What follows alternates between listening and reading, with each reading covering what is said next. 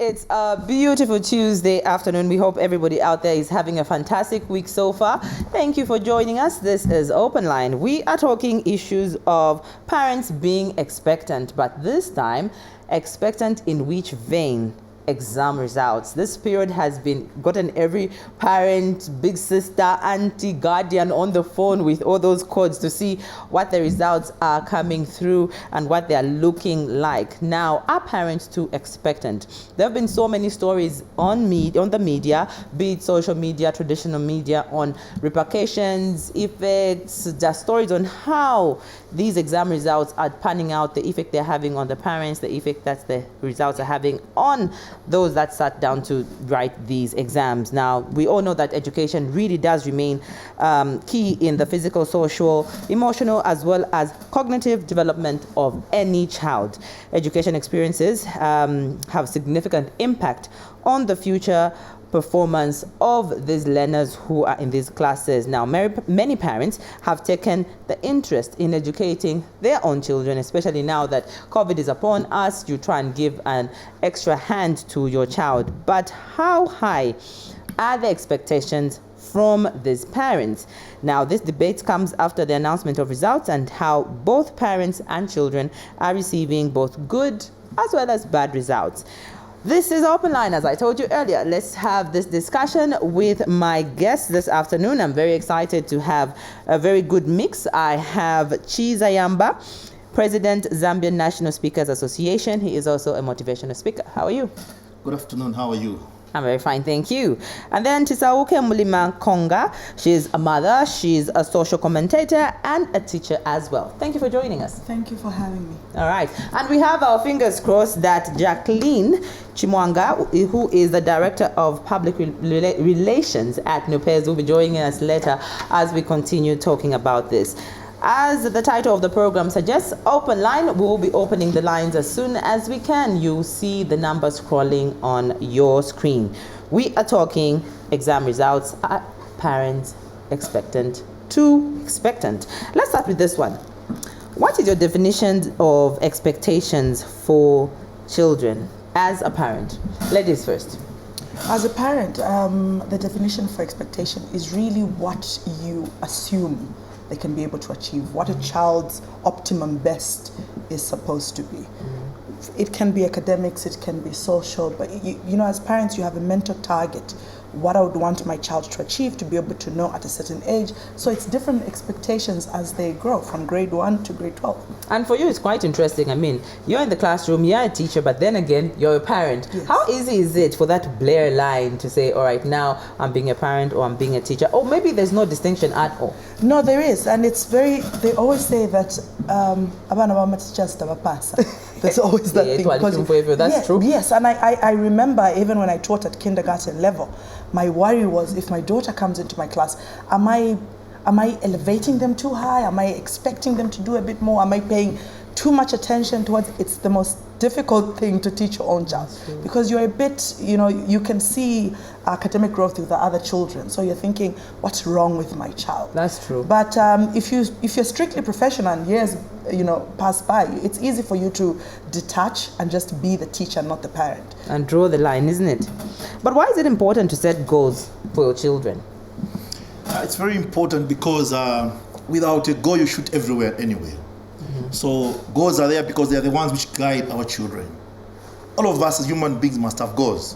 Because when you have a goal, it is something that you look up to. That's where your drivers are. And that's why you focus your attention to. And so particularly for our children, it is difficult if they don't appreciate or understand the goals. Why do we need goals? Because these goals will help us achieve things that we want to achieve. And these goals we know will come with the concept or attachment of SMART, where they are specific, they're measurable, those factors. But children must appreciate their goals. And when they appreciate their goals, they own them. So how do you make sure that they appreciate these goals? That is where now parenting comes in, engaging the children. Because when you tell a child, when you get 5 or 9 points at grade 12, then your aspirations of being a doctor will be achieved. When you get 15 points, then you can't be a doctor because maybe you'll be missing out in certain subjects. So your goal is to get good grades. My goal at the end of this year is maybe to have a degree or have a diploma. So that is what you're working towards after, you're looking after up to that, and that's what you're pushing towards. And because you're doing that, that becomes your guide. Now, if you don't have a goal, you risk moving anyhow or shooting anyhow, because if you want to shoot a bird, you must aim. And that aim is your goal. And when you shoot that bird, okay, you have achieved this one, you go to the next goal. So children must appreciate their goals. So our parents, our guardians, must be able to be present so that we can guide our children to achieve their goals. Ideally, when I start going to school, what is my aim? My aim is to have a certificate. A certificate with what? A merit, a distinction, or a credit, or a minimum should be a credit. And so when I have that goal, it helps me focus, and I begin to put my efforts towards my goal. So when setting this goal, you have this child and you have that goal, you have some expectations for that child. How easy is it to make sure that, there's the tough love, where you say, my child should be at least at this level. And then now there's the love that's genuine, where you understand that, well, maybe child A can't reach this, child B is more assertive and can reach that. How then do we combine all these aspects and make sure that when setting these goals that he's been talking about, they are realistic and according to the child, without not messing up or being too lenient or being too tough? The balance, in short. Yes, there should be balance, and it's very important that when we do set the goals, we have to understand that it's primarily with the children. Those are our goals. It's what I didn't do so well in, so I expect my child to do this. But what we usually tend to lack in or slacken in is our ability to skill them to attain those goals. And that's why they have to go to school. Do they need extra tuitions? Do they need, and I must say during the pandemic, I think most parents and households realized that they could actually take part in the child's academic progression, from studying, from what used to be shunned, which was social media or online learning. Suddenly parents who didn't even accept that children should have phones were getting phones because that was the medium that they needed to. So goals have to have realistic skills put in place, and then also to understand the environment that the child is in. You can say get 6 points, but then there's no electricity at home, there's constant arguing at home, the child is looking after other children. There are all those aspects that need to come in place that should ensure that those goals are attained. Are parents seeing these things? Or regardless of whether like the example you've given, maybe there's no peace in the home, there's a lot of arguing, but they don't see that because they're not the child. It's because, so how do you make the parent see those things? I think it's also a Zambian mentality. You only have a discussion when it's too late. There could have been discussions that could have happened prior to the results coming out to the exams. There should be discussions where parents need to be able to engage and speak to these children. Unfortunately, what happens, it's almost as if we want the children to, bala kosafi, this is life, this is our home, this is what happens here. But if the adults are not setting an environment for the children to be able to excel in, they shouldn't be expected, because magic is not going to happen. Okay. Yeah. When you have interactions with people who you're getting to have to speak publicly, and speaking publicly can be getting this introvert child to just talk or even have an audience with somebody, what are some of the things that come out regards issues of expectations from their parents? First and foremost, it's very difficult to speak publicly. It's very difficult if you're not exposed. We're still. I'm a public speaker myself and a president of Zambia National Speaking Association. We have our challenges. Even people coming to here and just speak in public over a camera, it's not that easy. But it's a skill that you develop over time. And that skill begins from our homes. I know my own boys, I'll stand in front and read, because they're reading before their parents, so it's a bit easy for them. And as they do that practice of reading, they begin to get exposed, so they can stand in front and read. And so when the teacher tells them to read something, it becomes very easy for them because they have practiced that at home. It is a skill that is acquired. And because you acquire it, you must experience it. And because you're experiencing this skill, you develop it. And in the development process, eventually you begin to see the fruits coming because you have been doing it. So this is an action-oriented program where we must do it, and because we are doing it, then it becomes easier. It is easy for me to explain like this to you because I've been here before. But if I come for the first time, I'll shiver. The whole program, and you know that because you're exposed to that. So it's a process that we practice, and that's why they say practice makes perfect. Okay. Tisa's combination is interesting because you're a mom and a social commentator as well as a teacher. And in all these, you're getting to interact with children, kids who have homes they're coming from, your home for your child, and also now when you are on social media and you get all these feedback coming through. What's the general feel when it comes to right now, the period we're in, exam results and parents being too expectant? I think before it used to be very easy because if I get 9 in maths, it's just my family that's going to know that I got 9 in maths. But with social media, parents have become so competitive. Everyone wants to post. Yeah, we saw you had gone to Livingston in December. I hope your daughter has passed. There's this competition of wanting to post and share. So the child is not only being exposed in their home, but then the whole country has to know that they didn't do so well. It works if the child does so well, because then 6 points is something you'd want to publicize.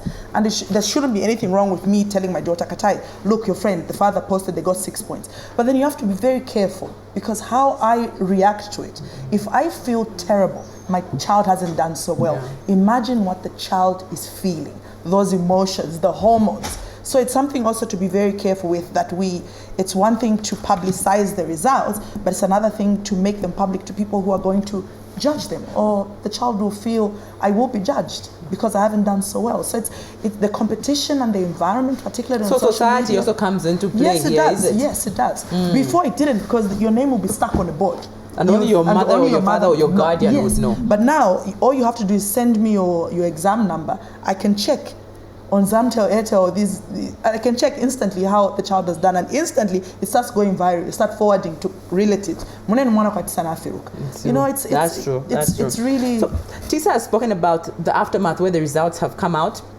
There's all this posting, there's all this wanting to feel good. Even the one who went into the exam room, the pressure that it has on the child. But you talked about goals, and then when you set a goal, we go to the prior now, before the exams.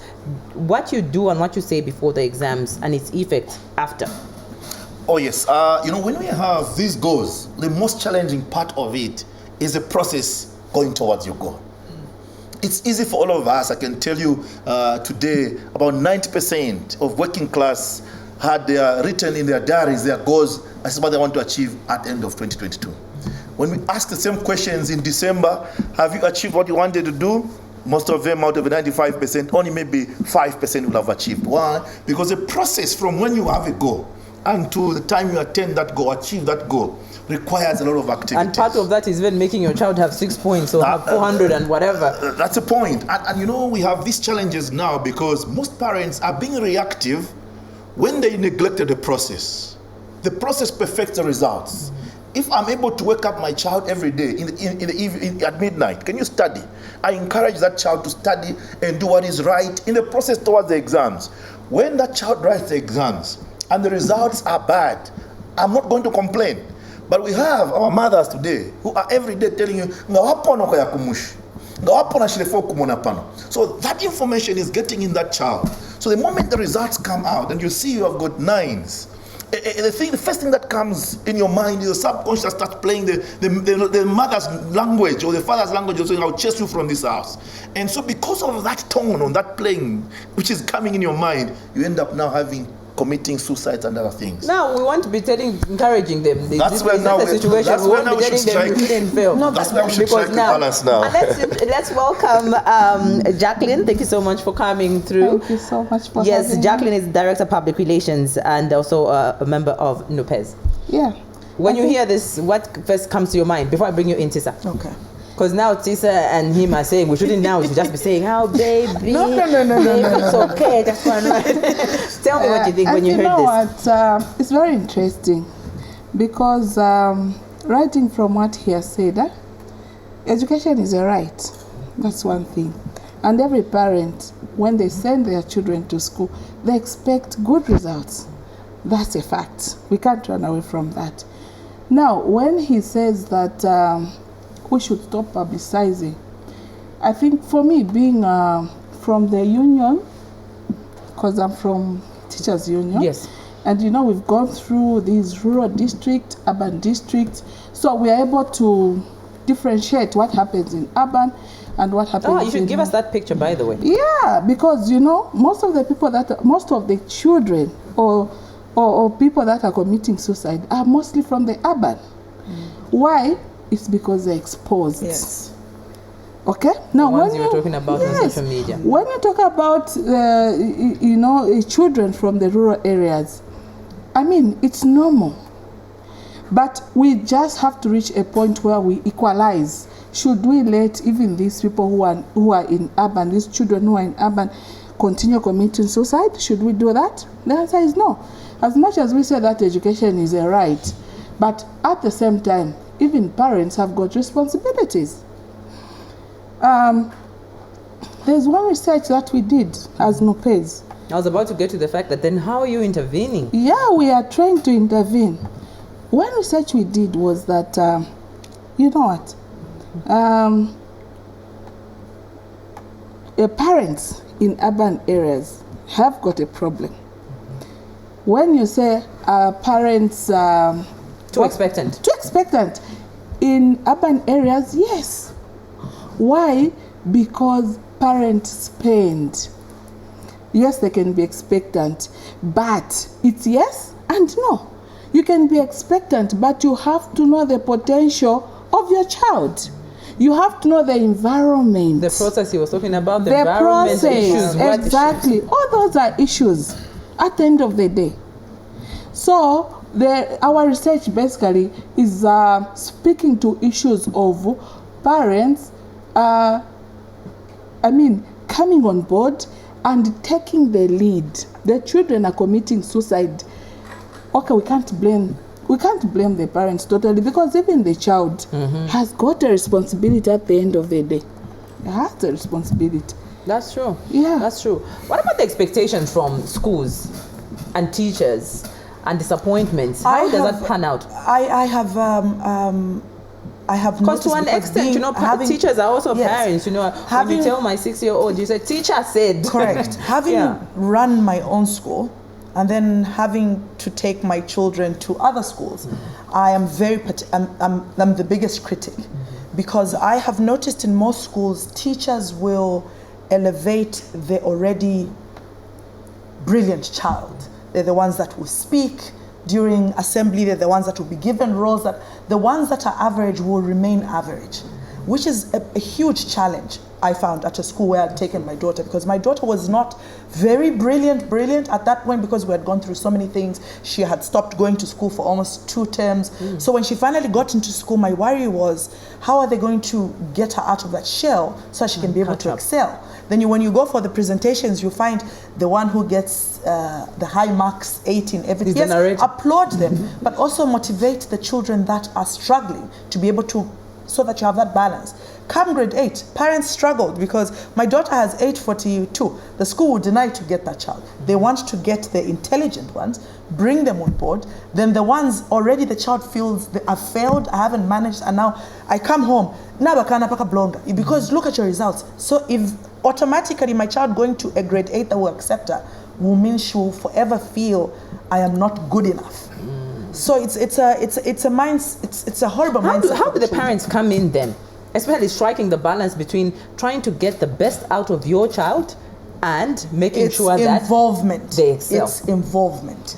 And you did so well. Sorry to cut you. You did so well in English at grade 12. You know how a paper looks like in English. Take the time. It could be 30 minutes. It could be an hour. Just to sit and study with your. I do it with my daughter all the time. I said grade 9 maybe if in Binadilaba, but just to have interest. I know my English is good, so I'll make sure that we go through the papers. It's involvement, and I know it's very difficult. Parents are out there trying to look for the money to take the kids to school, but you need to find time, because if it will get you to this place where everything else will be disrupted, take the time and be involved. No, don't give teachers it should be magic, because even online learning, parents were just giving the children the phones. Your classes have started, and sit and go ahead and go about their business and just go do something yourself. But I can tell you now, in my circle, all the parents that are involved in their child academic welfare, from homework to let me talk to the teacher to why is this child can't spell, can't read, or can't write, that communication isn't there. Those parents that were involved, their children performed well. We had COVID, despite COVID, eh? Yes. Let me allow her before you come in. You were about to say something. Yeah, I was also about to say that it's also knowing the potential of your child. You know, at the end of the day, we all know our children. We know we gave birth, especially mothers. We gave birth to these children, so we know their potential. Me, I've got a child who got sick when he was a baby, and he had a little bit of some brain damage, and he has not been performing well. He was in grade 7. When I was going through, like she has said, involvement, I got myself involved. I could tell that this child is not performing like a grade 7. I'm a teacher, by the way. Maybe that's an advantage. But we want to encourage teachers, like she has mentioned, involvement is very, very important. It's not about providing, taking your child to the mall, to this, that. It's not about that. Sitting with them looking at their work, is it? It's We've got our very first caller. Yeah.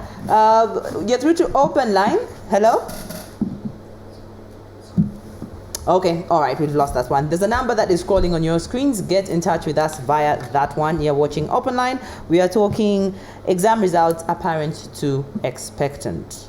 You want to finish off, then he comes in? Yes, yeah, let me finish off. So I was saying, you have to know the potential for your child. Some parents know the potential for their children, but at the end of the day, they are just too busy. Involve yourself, help your child. Once you involve yourself, you understand where they are lagging, and you understand their potential. Hence, when you get the results, you will understand, and you will not compare them like he was saying. Some parents will just literally say, but how well do you know your child? You have to know your child. That is the bottom line. I was given an example of my own child who I had to repeat from grade 7 to grade 5. It was painful, but I had to do it. Why? How did the child take it? How did you? Son, daughter? It's a son. And he's my firstborn child. And imagine. What sort of conversation were you having? Because I'm thinking a boy who's about to be in grade 7, and then you tell him going back to grade 5. He was actually in grade 7, about to write the exam. But, you know, I could tell when I asked him to read, he couldn't read. I asked him to write, he couldn't write. Then I went to school, I said, but this child, you know, anyway, I'm not going to talk about schools, but yes, he used to pass. But I would say, but this boy, even if he's passing, his capability with what I understand as a teacher are not matching, you know. So I just told my husband, and we decided to say, let's put him under counseling. Then we repeat him. Because at the end of the day, me, I'm a teacher. And that time, I was teaching. And I would teach grade 10s who could not write. It was difficult for me to deal with those pupils. Yeah. And I was imagining my own child in grade 10, teachers telling him that you can't even write. Because, I mean, that's what I was doing. And I like how you're opening up and, you know, sharing some of these stories, because definitely there's somebody who's getting a leaf and having such a similar situation, and I'm sure they've taken leave of how they can deal with it. You just have to deal with it as a parent. Face it head on. That's true. That's true. That's the only way you're going to conquer. My own child had to repeat from grade 7 to grade 5. When he reached grade 7, he passed. He went to grade 8, 9. He wrote last year. And me and my husband even decided to buy a farm to say, now we are ready. It's a good thing, isn't it? If he fails, he's going to the farm. Now, I want to comment on what she said. But we were not telling him that you're going to the farm. That's a point I wanted to comment on. That's a point actually I want to come in on. If he fails, he's going to the farm. I want to believe that our parents are the last people in the line of defense. Yeah. I'll give 2 examples. When we were young, a quick one, we went to try and get some mangoes and throwing stones. We broke a neighbor's window. She came fuming. We were in the house with my 2 brothers, Jonathan and Kakum. We were seated in the house. My mother came out of the door and said, no, those are not my children. They started arguing, confrontation there. Then my mother said, okay, we'll come and see. When the neighbor left, she came to me, I know it's you. Is it you? We said, yes. I have never forgotten that, because line of defense. Our mother remained as a line of defense. Look at it this way. There's social media which is influencing the children today. They are friends and so many other factors which we do not have control over. And so when I come home and I have failed, my mother says, I know you're very intelligent. You can still do it. There's something. You know that hope, eh? We have a It's a caller. hope of ages. Let's accommodate our caller. Hello, you're through to open line. Hello, you're through to open line. Talk to us.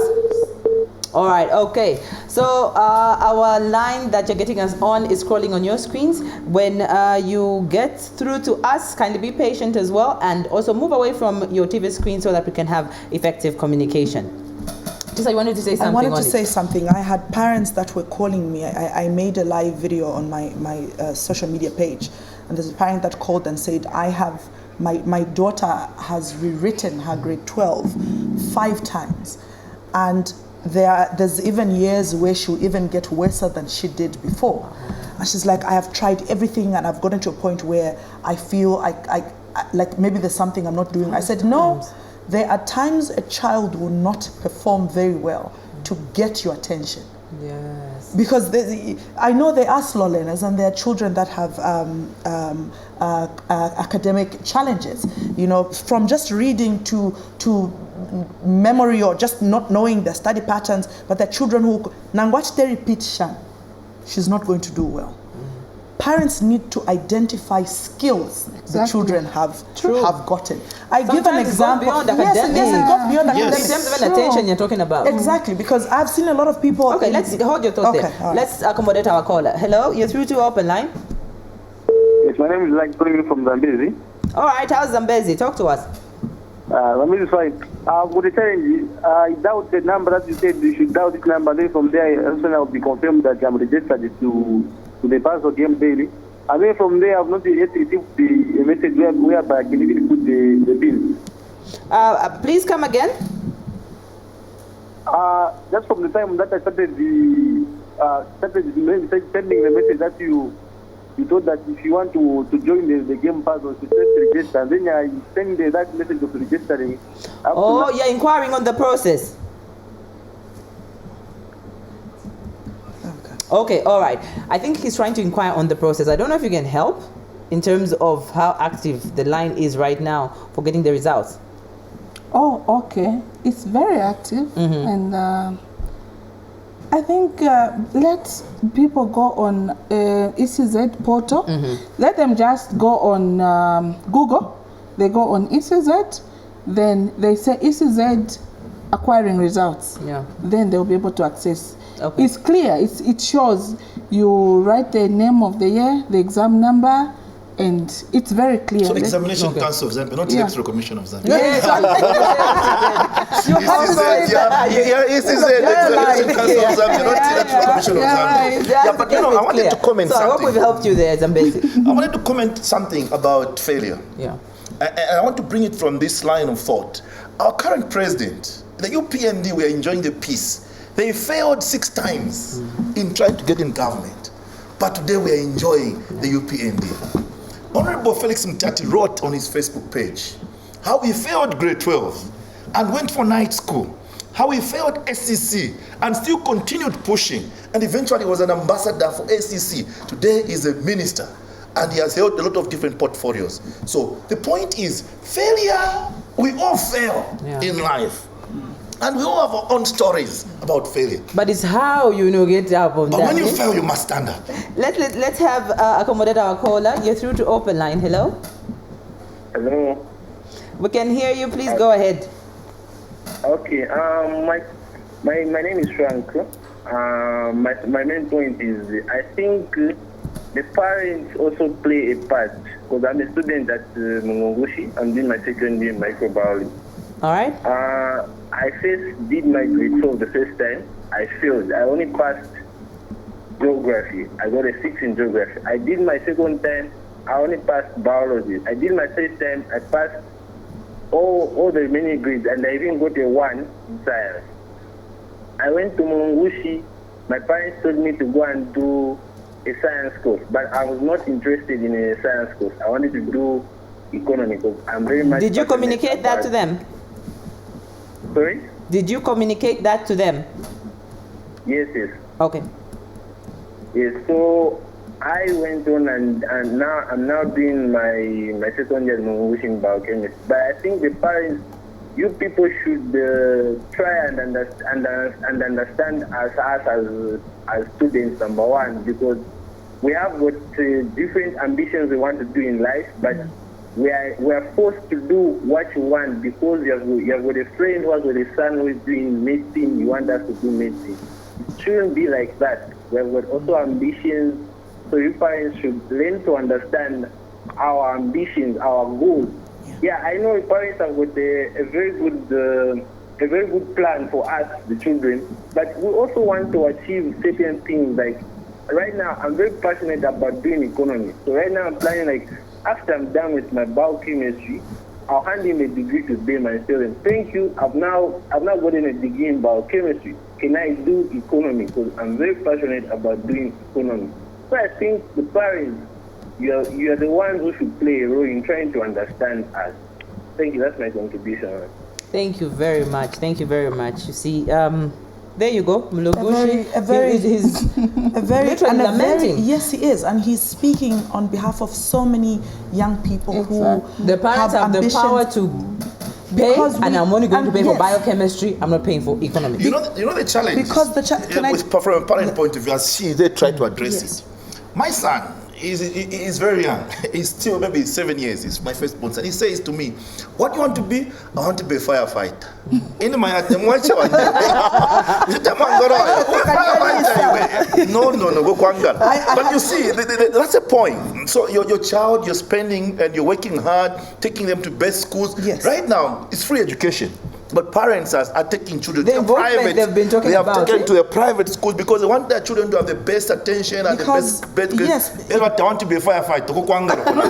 Because so now those are the things that bring you in. see Maybe that is as they address the issue, maybe they can address that issue. Fireman. Parents should be able, children, you need to understand what a child wants to do, because when a child wants something, they will do everything to try and get that. The moment you assume this is what they should want, and there's nothing wrong with wanting my child to be an economist. There's nothing wrong. I mean, I need to aspire for the greatest. But firefighter is watching the firefighter. No, but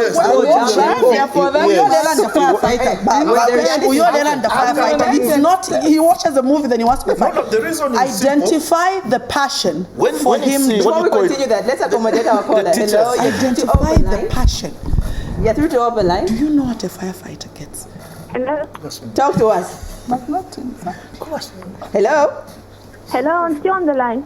Yes, please talk to us. You're through to open line. You're on air right now. You're on TV right now. You've gotten through to us. I wanted to make a contribution. Yes, please. My neighbor has a daughter who's doing grade 10. Grade 10? Yes. Okay. So the daughter wasn't performing very well, but not that she was failing, but then she was trying her best. Okay. So according to her, she says her friends' children are doing way much better. So she got influenced by that and decided to repeat her child. Even at the point when the child had made it to grade 10? Yes, like instead of going to grade 11, they decided to repeat their child to grade 10. Okay, so you're talking about social influence in regards to society's expectations. Yes, but then since the child is in boarding school, the child has stopped going for class and is like literally depressed. How do you go about that? Okay, all right, Let me try and answer the young lady. I think with the moment we hear suicide, we immediately get frightened. Yes, exactly. Because then we are trying to say, let's compensate that with a bit of love. We should be hugging each other. Children need to be taught responsibility and cause and effect. We are not going to have children who are lazy, who are spending time on their phones. They want to go to every party. They want to be running around and not studying. There has to be preparation. Yeah. And preparation means I need to find you falling asleep on your books because you're exhausted. There needs to be discussions where we should be able to say, Mommy, for me to get this is what I'm struggling in. Let's not raise lazy children. They need to understand that they need to prepare. And preparation means speak to me or speak to the teacher when you don't understand the concept. You know what I mean? If it's extra tuitions, mommy, fractions, I have difficulties. There should be that rapport. Parents shouldn't have the tone. There should be a time for a parent to get angry. Yeah. When it's going to yield you results that you benefit from as a parent, you need to change the methodology. Because if you've done it for 12 years, and 12 years has given you 9 points, a child 9 points in every subject, something along the way hasn't been right. Just change the dynamics. Now I get what you mean from your previous but the speed at statement. which you rectify the failure is also very important. I said, my results have come out. It's only convenient that COVID schools delayed. There's a window to register for GCE. The parents are dwelling in the depression. When you're depressed, even when you experience depression, the moment somebody calls you and says, boy, get up, we need to do this, your mindset changes. The moment a parent shows that there's something that can be done from this point of failure, the mindset of the child changes as well. Where the parent just gets busy, let's go and look for schools, or you go and look for schools, so that they're just involved. The switch in there should be an instant switch. She's speaking from a point of view where you're already in grade 12, but the caller was speaking to a point of view where the child is still in grade 10. Grade 11. Grade 11, yes. And the parents identify the gap. They say, okay, this child... Before you get to the exam class. Yes, this child, before she goes to grade 12, before we get embarrassed with the issues of social media, let's do something about this child. But it's not just to wake up and say, you are going to repeat.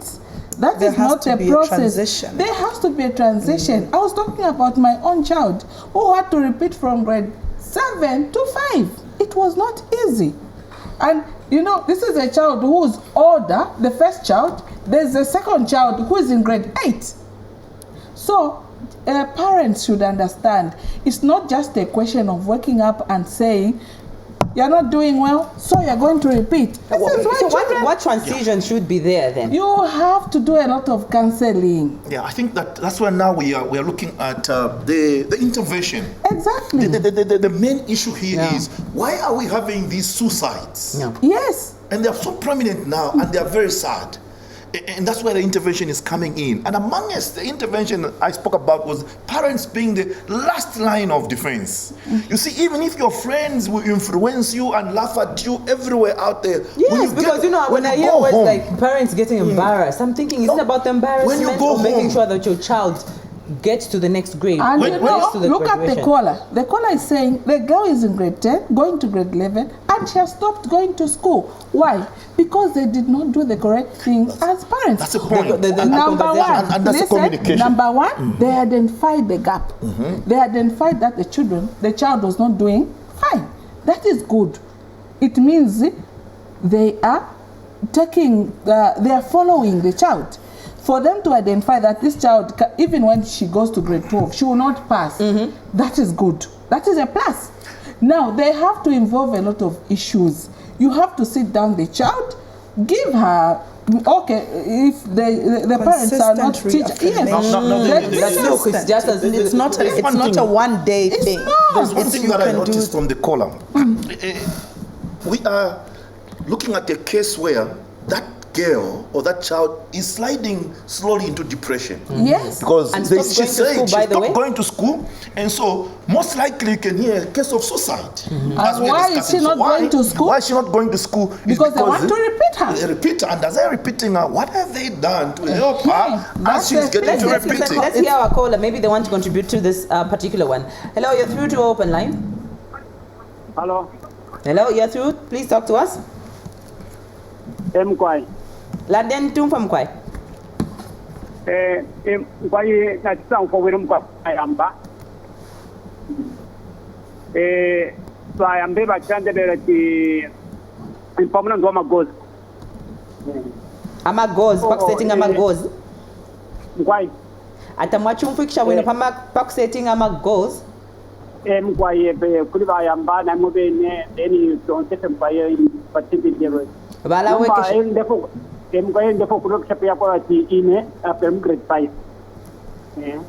Pamuna ndo amagozi. Abana na kweto challenge kwa chifo cha abana bandi bakafika grade 5. Mwana na grade 7 na mtani bajaba na bandi basapasa umbi akwete point asa kulize namukwini sasa kwena mulandu wamagozi esireni kuuniversity nakwani njema kwati bikoli kwa challenge ya moya kwati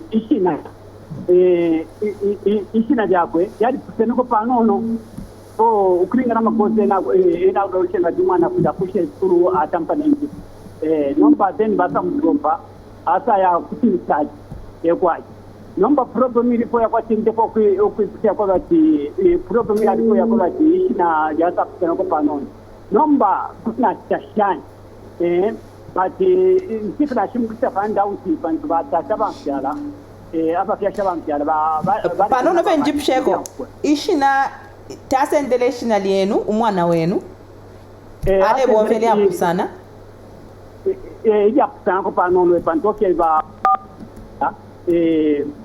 bari kena bamandiya umbura nomba abansungile niba step father ebansungile so ba step father tabarepa ndebo mpya ishina iya bari father so nomba problem ya challenge to akwetera kana mumpa okay twatasha batatana ba step father barepa ndebo mpya ishina ya bukulu okay twatasha kwa tabankyala ndemo bakamkumonika abana ni bari kutaka school so paka tisentinja ibeshina mwanzo magozi so kuisinze equal problem number challenge nako chako bati ituko pena koteshu antu batata twasa mwana nabo na nasa foto nasa chako to regia. All right. I think to for your issue balalanda po ebo tulina bokuno twatote. Thank you very much. Okay, so he's talking about issues of goals. His stepfather had set goals for him, and one of those goals that the stepdad had set for him is one, to use his name throughout, because he was the one who was paying for his education. Yes. So he ended up in grade 5. And then now there was the challenge of when he finally got to do something, getting to a point where he had written another name, and then there was, so in short, goals set by the parents differing from the goals that their own child has set. Issues that she talked about being beyond academic, but now there's the issues of parenting, emotions, and setting issues like that. When there's that mix in the home. Yes, I think it takes me back to what I said about communication. You see, as parents, we have got goals for our children. We want them to live a certain life. We love them. We want the best for them. But as children are growing up, they also begin to have their own interests and their own goals and their own aspirations. So then how do we synchronize these two, your goals as a parent and the child's parent? Train up a child in the way that he should go. When he has grown, he will not move part away from that. Meaning that we start this relationship with our children early. So they appreciate their goals. To say, look, because life is very hard and tough, let's go to the farm. Because life is hard and tough, you must have these aspirations of being a firefighter in Zambia. It's a non-starter. But can you work hard so that maybe you will find firefighters by the gate. So come and quench your fire at your home. Under the new dawn, firefighters will be okay. But anyway, that's just an example. But what I'm saying Jacklyn, is, Chiza, and Judy distance ourselves from this comment. We are totally verified. I'm not part of it. I have left that fight between him and the mother. Okay. And they continue fighting about it. But what we're doing as parents, as we are trying to groom these children to appreciate what they want to aspire to be, we must communicate with them effectively. Definitely. Because that Let's accommodate communication our becomes caller. a challenge. Hello, you're through to open line. Hello, you're through to open line. Yes, good afternoon. Good afternoon. Talk to us. Yes, first of all, let me congratulate the father here and for bringing this discussion in a right time, because it's true. We will see a lot of children and our kids going into depression and going into without Appreciate. Yes. Now, I want to comment on the sense of students that the parents are supposed to. Sometimes we don't put the system. We look what and from there we try to keep. Like in the current situation in Zambia, Oh my, I think that the network isn't so good. But from what I got, he's talking about, I think, that balance between forcing the child, because knowing what's best for the child, how then do you strike the balance? Yeah, It's very simple. Parents should not be like Military. Yes, they should not be that. Because if you know that this child is just being lazy, they can do more. Yeah, no, there, you know. That's probably where he was going. You don't need to be military even then. You know what? Even me as a teacher, I've been in class before. And when you try to be military, the child will rebel. Respond in the They'll military. rebel. You are a teacher, right? Yes. That's what they do. You have to understand. Again, it goes back. You have to understand the potential of a child. I think, I don't know if it was him or her who said, we are able to know that you tell the child, Sonny, I think you can do better. That child is not doing fine. You are not going to tell that child that you're not doing better. No, you're going to tell that child, I think you can do better. I think also his point is very, very important. It goes also to teachers. Because there are teachers like who just write off pupils. They say, child do better. What you were talking about. Yeah. That is not correct. You have to understand the potential of a child, both as a teacher as well as a parent. Education is not one-sided. That is one thing as teachers, as educationists, we've been trying to put across, even across all politicians. Education will never be one-sided. The moment we leave education to a teacher, our children will be doomed. Charity begins at home.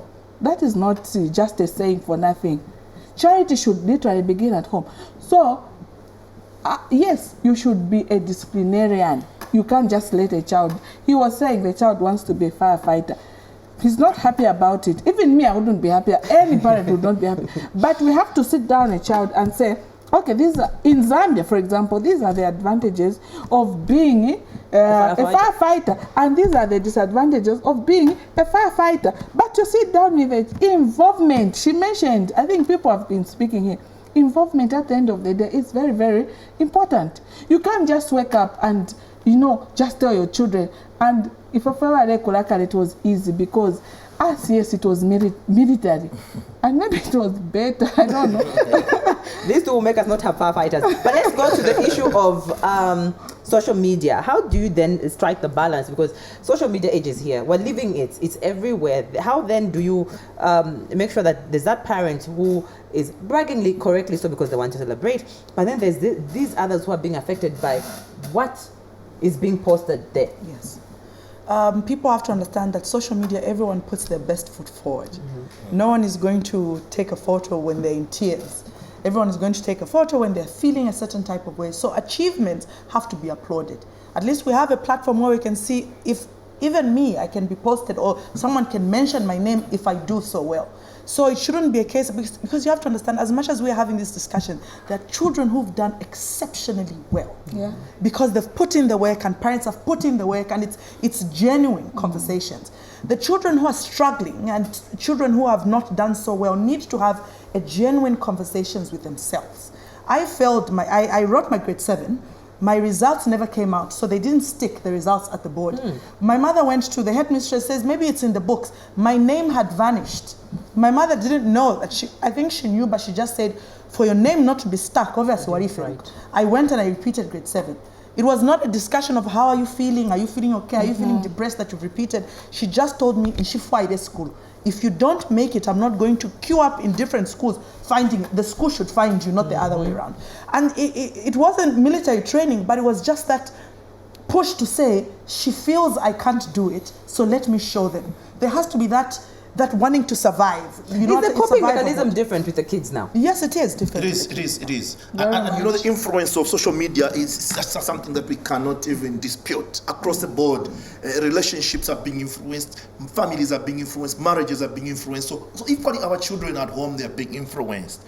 But there are two things that I think that are also influencing, apart from the social media, which is influencing so much: the peer, the friends, and the schools. I still believe that the intervention to all this influence falls on the parent at home. What does the parent do if the child fails then? Yeah, so in this case, you have a conversation, honest conversation, like we talked about. And also, your aspect of a conversation, me coming from a motivational speaking background, is a hope aspect of it, the positive aspect of it. Yes. That look, you have failed, but you're not the only one. And since you have failed, this is not the last game. You can still write and pass. We believe in you, we know you can do it. The moment that message comes to the child, they will say, oh, somebody else believes in me. Now imagine you have failed out there and you come home and so you're fighting two battles. And this battle at home is fierce because then that's where you live. So before you realize someone is committing suicide. Just to add on, look. Do the parents need counseling? They don't need counseling. Look, This is the counseling we are doing now. We are doing counseling now. Right. This is counseling now. I'm a parent. My child is in grade 10. End of term, they write end of term exams. I get the report form. I see the performance. It's not that parents don't see the performance of their children. They see the performance of their children. They know the performance of their children. Okay. So if we don't take the parents to counseling, how should they cope then? They don't need counseling because they How know. do we help them cope? No, actually, They need to understand. The conversation needs to take place in this manner. Failure and repeating should not be attached to something negative.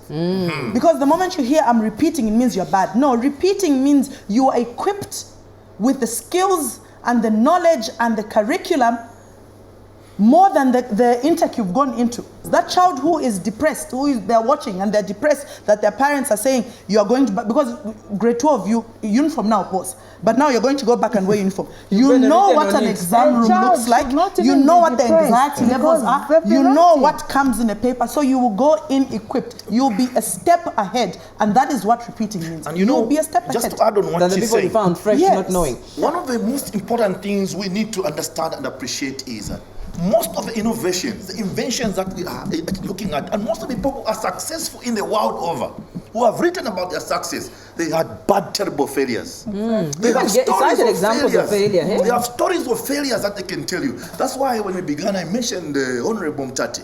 I do respect that post. He realizes that so many people think that they are just on that cream. No, he tells his story. And if you were to interview him today, you tell us a lot of how many times have failed. Businessmen have failed. Businesses have failed, families have had challenges, but it's those challenges that make us strong. And that's why we're saying when we fail, we must appreciate that failure is not final and failure is not fatal. I can assure you, all of us here, if we were to write grade 12 exam today, why? Because we have failed before. We know what we know what it means to fail. And because There's 5.5. There's one thing I need to point out. At times, parents want to pretend. Yes. And this is what is killing us. That's the point. Me, I'm a teacher. You know, you take through a child from grade 10, and the child is not doing well. For example, I was teaching chemistry. A child is literally not doing well in chemistry. Then you try to talk to this child. You even call the parents. At times, teachers do wonders, I can assure you. It's just that, you know, there's no one to speak for them. Me, I've been a teacher before. There are times when I used to call parents to say, you know what, your child has potential, but even the environment matters, where they're coming from. There are children who comes from rich families where they just feel, oh, my father has got this wealthy, I don't need education. Those are facts that we also have to factor in. True. You understand? So parents should not understand at the end of the day. They should not pretend to be disappointed when, in fact, they know the performance of the child.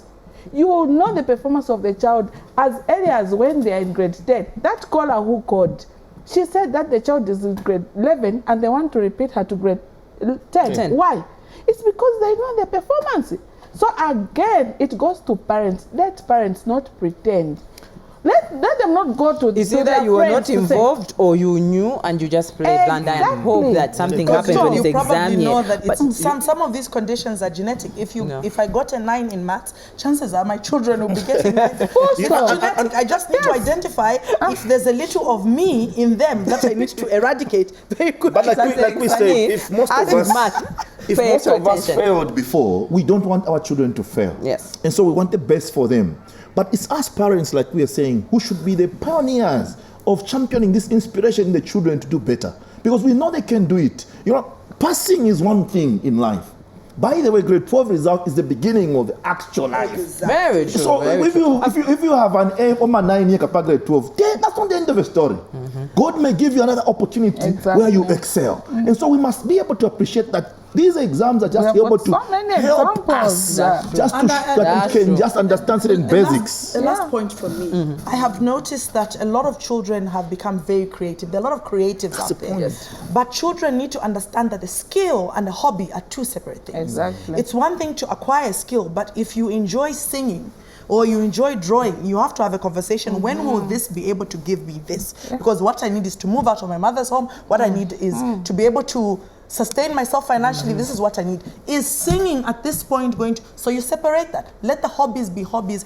Get the skill. Get the grade 12 to the point where it can make doors open for you and people will have conversations with you because you have that paper. A very, very important paper that's true. to have. That's very true. My brother-in-law's, my nephew, Mapalo, he wants to be a footballer. But the father says, no, kabia kuchengelo, nga wapu ishelo kambe fya football. Meaning that he can still achieve what he wants in life after he has a basic knowledge. It's about tallying your time and all those things. It's very important to have this basic knowledge, but we don't have the future for our children. God knows the future. We always like winding up open line like this. From this whole conversation that we've had, 3 words, 3 words, 3 words. Should we start from this end or that end? Start from that end. Three words. Three words from this conversation. We've been focusing on exam results. Are parents too expectant? 3 words. Parents are expectant, but delay is not denial. We have all failed. Let's start telling our failure stories so children should be able to see that they can achieve, they can be where we are. Great. We've all failed. Nice. I think my dedication is don't give up. Nice. Sometimes things may go wrong, but whatever your situation, hope again. Don't give up. Motivational speaker in the house today. And for you? Understand your child, understand their potential. You make them fly higher. At least we're agreeing on one thing. Failure definitely isn't just the end of the world. This has been Open Line, a conversation that has been focusing on exam results. Are parents too expectant? The reality is what we've been talking about. Appreciate all our callers who came through. On behalf of the entire production crew, my name is Judyngulube, alongside my sign language interpreter, Chola Kauma. Thank you so much.